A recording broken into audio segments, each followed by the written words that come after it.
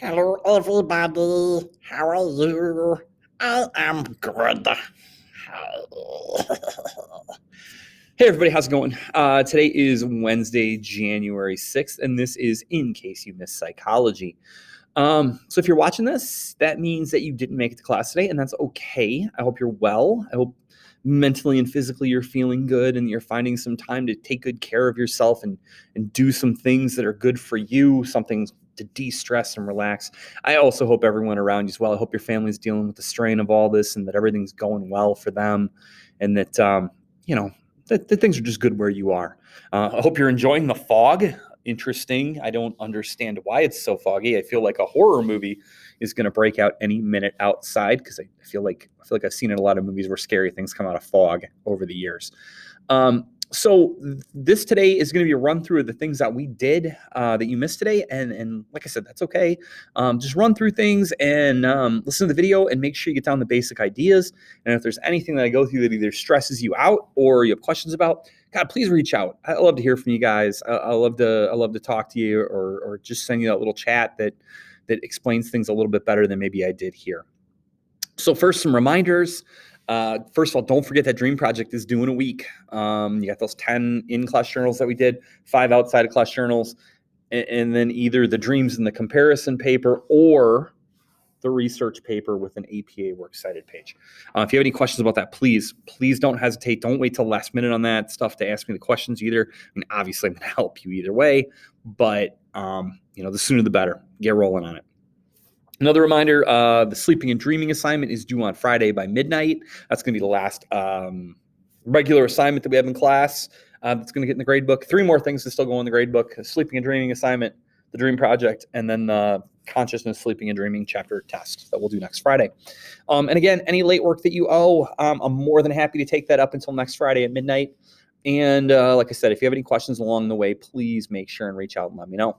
So today what we're going to do is we're going to look at 3 slides, none of them ridiculously long. I think you guys have got the idea of I'm trying to keep things shorter for you. And what we're going to look at is the different levels of consciousness. And we're going to talk a little bit about biological clocks. And that should be it. Somebody just chatted me. So we'll get to watch that change 500 times in the next few minutes. Anyway, so let's get rolling because I don't want to hold you guys for too long. I don't want to eat up too much of your very valuable time. Okay. So first, we're going to look at levels of consciousness. Now, obviously, yesterday we talked about being conscious, being aware, knowing what's going on around you. I'm going to be super honest with you right now. If I were going to talk about my consciousness, it's a little bit cold in my classroom today. I don't know why. Probably because it's just me sitting here by myself. I've drank a little bit too much water already this morning, so I'm going to have to go to the bathroom before class starts here in a few minutes. I got stuff beeping all around me. I got chats happening here, chats happening there. I'm wearing shorts, so I'm on a t-shirt. I got on my Jasmine tea, my little Uncle Iro. I'm feeling good today. I got my glasses on. I'm aware of these things. I'm aware that I've only got a few minutes until I got to see my second hour class. So here we go. That's consciousness. Now, we're not necessarily conscious of everything that we do and everything that drives our actions.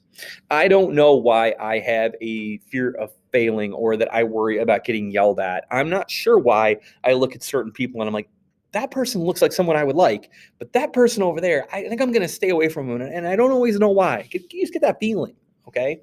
So we're not always aware of all the things that we do and all the things that impact our choices. We're also not necessarily alert to everything we're seeing straight in front of us. I mean, in front of us, I have this room with all this random stuff sitting around. And even though I'm not thinking about those things right now, my brain is still taking those things in. And it's trying to decide, does something look different? Is anything off? Does it smell weird? And all those different things. And you're not necessarily aware of that whole process. And so the levels, much like this iceberg, and I don't know if you've ever seen this iceberg before, but the conscious mind, the things you're aware of or what people can see or what you are alert to sits above the water. But there's a lot below the water. Okay, below the water, you have your subconscious, sometimes called your preconscious mind. Now, your subconscious are things that are just below your present level of awareness. You know them with a little bit of a right push. You can remember them. They impact the way you behave, but it's like that idea of on the tip of your tongue. You know it. You're looking at that test. It's test day. and you're looking at that test, and you can see the slide. You can hear the teacher going through it. You know what you were wearing that day, but for some reason, you can't see the word, the one word you need. Or you remember that chapter of the book where Gatsby did X thing, but you can't remember what was it, Jay or Daisy, what they did in response. It's there. It's the idea that we're talking about. Yeah, there's this actor, and he's a bald guy, and he was in Die Hard, all Die Hard movies, and he said yippee-ki-yay, and I can't say the last part of that. And he was also like in all this other stuff, and he's usually like a badass guy, kind of tough, and and blah blah blah blah blah, And you're like, I can see him. I can see all the movies he was in. I know that he married Demi Moore, man. What's that guy's name? And it's there. It's on your tongue. You're like, oh, Bruce Willis, by the way, if you weren't sure. Okay, but the things that are right there, it's just irritating that you can't get them, all right? That would be things that are your subconscious. Then you also have your unconscious. These are thoughts or desires, things that have happened to you that you're unaware of. All those things that your brain is taking in that they maybe don't matter, or maybe they do matter, and they're just filed away in here. And those are the things that are below. You can't get at those without assistance. You're going to need hypnotism or somebody to say, oh, you don't remember why you're afraid of stairs? We dropped you, bringing you home from the doctor. You were just this little baby, and fumble. And now you don't like stairs. You one at a time, and you hold the handrail with both hands. Okay. So your unconscious are these things that you're unaware of. Sometimes people will say that's intuition. There are even people out there, and I don't really subscribe to this level of thought, that they talk about past lives in there. They talk about like this idea of collective unconscious, that all people are born with some like similar pre-wiring to be afraid of fire and heights and deep water and spiders, or as they say in the one movie that of spiders. Okay. And so you've got these three levels. They all impact you, but you're really only ultra aware. You're aware of consciousness. You're semi-aware of your subconscious, and you are unaware of your unconscious. But they all come together to make this lovely iceberg that could sink your Titanic. Who knows? All right. Now, the last chunk of our day, and I'll try to keep this quick, is going to be talking about biological clocks or unseen forces that impact your day.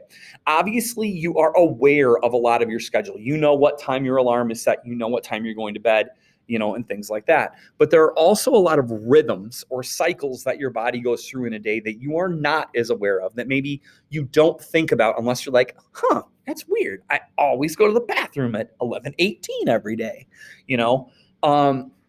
But obviously, we have a lot of cycles that influence our body. One of those is called a circadian rhythm. That circadian means about a day, okay? And that is the cycle that your body goes through in the average day. Some of you guys might figure out that you get pretty used to waking up at a certain time. And so when we have like a break, like we have winter break or spring break or summer break, you might find yourself for a small period of time where your eyes pop open at that certain time, or you start to get tired at this certain time. Or for me, I've almost always had first lunch, which is like roughly 11 o'clock. In the summer, I find myself starting to want to make lunch around 10:55, 11 o'clock, because that's what my body is used to. You'll find that you have a similar bathroom schedule. You may always ask to go to the bathroom halfway through third hour, or you might always go in between first and second hour. And so the lack of a nutrition break last year really bothered you. All right. You get on these set cycles. Your body likes the set cycles, so it doesn't like it when things change. And so people who work first shift jobs get used to, I wake up at X time, I do this, I go to work, I come home, I do this, I go to sleep. Then if your boss looks at you and says, I need you to work second shift next week, you may struggle getting the right amount of sleep or knowing when you're supposed to eat. And your body may feel fatigued because your body likes a set schedule. Your body does not like go to bed at 10 every school night, go to bed at 2 on Friday, Saturday night, sleep until 3 in the afternoon on Sunday afternoon, but then I have to get up at 7 a.m. on Monday. That doesn't put your systems in balance. That homeostasis term we talked about a little bit in the last chapter. And so you're pretty aware of your night and day cycles. You obviously have monthly cycles. Now, I don't mean to sound gross, and I'm not trying to be, but women are more aware of their monthly cycles than men are. Men have estrogen too, and therefore men have a period of time, I always call it a myriad jokingly, where they are more emotional, more stressed, more just more easily agitated than at other times of the month. And that isn't as evident because we have no physical obvious symptoms. And so there's that, but also the monthly cycles. Like some of you guys know that maybe the winter is hard for you because there's less sun, and so you get kind of down in the dumps, but your energy is high in the summer. You start to feel better as soon as everything gets green. I am very much that way. I swear I have seasonal affective disorder or seasonal depression. Please look it up if you don't know what it is. I promise I will talk about it in Psych 2 if I'm here with you guys. We'll see. Okay. But we do tend to have times of the year we don't function as well. Metabolism is also a biological clock too. They found that a lot of people's metabolism works better early in the day. So think about that for a second. Usually, most of you guys either eat small breakfasts, or you don't eat breakfast at all, and then you eat a bigger dinner. So your food pyramid for the day looks like this: low calories to high calories. But your metabolism actually looks like this: works fast to work slow. So theoretically, I have a suggestion for a diet. You don't need to go paleo or keto or M&Ms or nothing but vegan. Do your thing, though. I don't mean like vegan's bad. Please don't take it that way. But if you want to lose a little bit, I don't know, maybe flip your calories. Eat a big breakfast, eat a normal lunch, eat a small dinner. Maybe flip your foods. I don't know. I don't know how your deal is.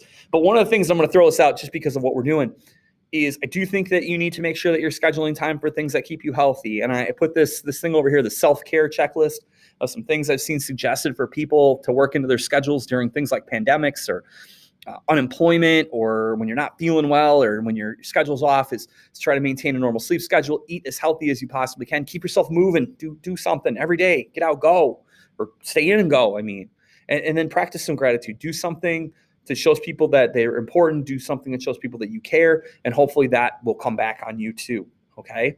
Last slide for today, and then I actually have to stop this and get going to actually talk to you, the other people, is that your biological clocks can identify whether you're a morning person or an evening person too.